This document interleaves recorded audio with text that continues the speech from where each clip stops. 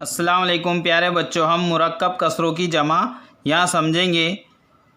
यहाँ पर एक मिसाल दी हुई है, एक अदद से ये 1/4 जमा 3 अदद से ये 1/2। तो इसमें पहला तरीका है इस तरह है कि पहले सही आदाद की जमा से 1 जमा 3, ये 1 है और ये 3 जमा 1/4 जमा 1/2। अब यहाँ हमने 1 और 3 की जमा की तो जवाब 4 आया, जमा 1/4 जमा 1/2। अब ये कसर को जमा करने के लिए हमको क्या करना पड़ेगा, पहले इस कसर को हम नसब कसर बनाना पड़ेगी।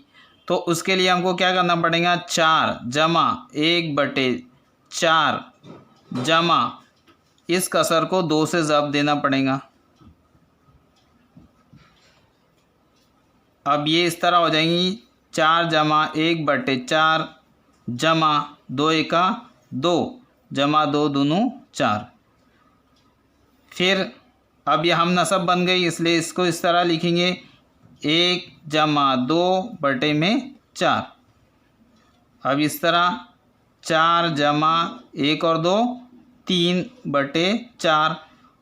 ये इस कसर को हम इस तरह लिख सकते 4 अदद सही 3/4।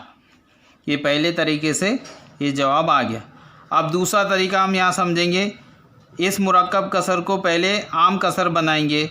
तो आम कसर बनाने के लिए क्या करेंगे, पहले इस 1 से इस को ज़ब्त देंगे, 1 चौक 4 जमा 1/4 में रहेगा 4 जमा 3 है, इसको ज़ब्त देंगे 2 से जमा 1/2।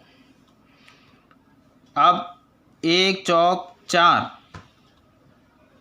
यहाँ लिखेंगे 4 जमा 1/4 जमा 3 दूनों 6 जमा 1/2।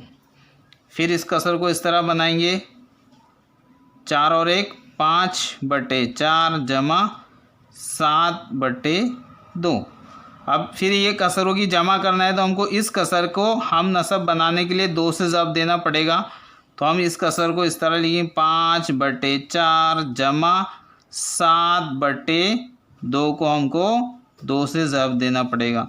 तो ये कसर इस तरह बनेगी, 5/4 जमा 7 दूनों 14/2 दूनों 4। अब ये क्या हो गया, ये हम नसब कसर हो गई। तो हम उसको इस तरह लिखेंगे, 5 जमा 14/4। अब 5 और 14 कितने होते हैं, 19/4। अब इसको मुरक्कब कसर इस तरह लिखेंगे हम, 4 अदद सही 3/4। तो ये दोनों तरीके से जवाब एक जैसा आएगा।